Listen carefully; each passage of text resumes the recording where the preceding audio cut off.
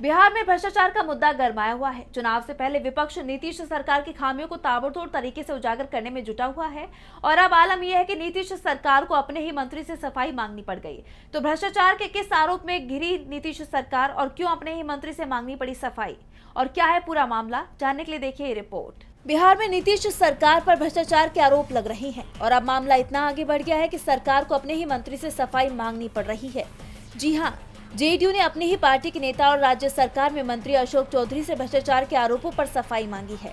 200 करोड़ के घोटाले के आरोपों को लेकर जेडीयू प्रवक्ता नीरज कुमार ने अशोक चौधरी से कहा है, बेनामी संपत्ति जुटाए जाने को लेकर आप पर जो आरोप लगे हैं उसकी सफाई तो देनी पड़ेगी।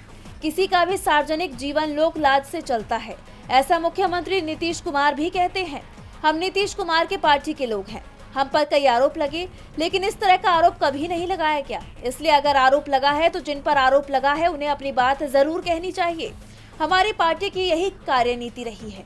नीरज कुमार के बयान से ऐसा लग रहा है कि मानो उन्होंने अपनी ही पार्टी के नेता पर सवाल खड़े कर दिए हों, जिसके बाद नीतीश सरकार बड़ी मुश्किलों से घिर गई है, क्योंकि अशोक चौधरी कोई आम नेता नहीं है। इन्हें सीएम नीतीश कुमार का दाहिना हाथ भी कहा जाता है।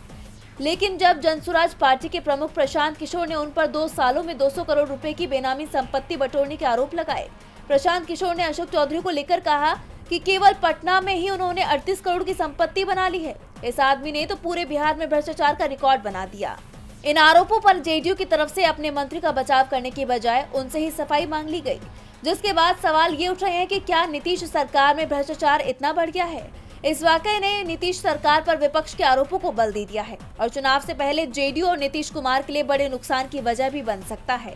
डीबी लाइव की रिपोर्ट।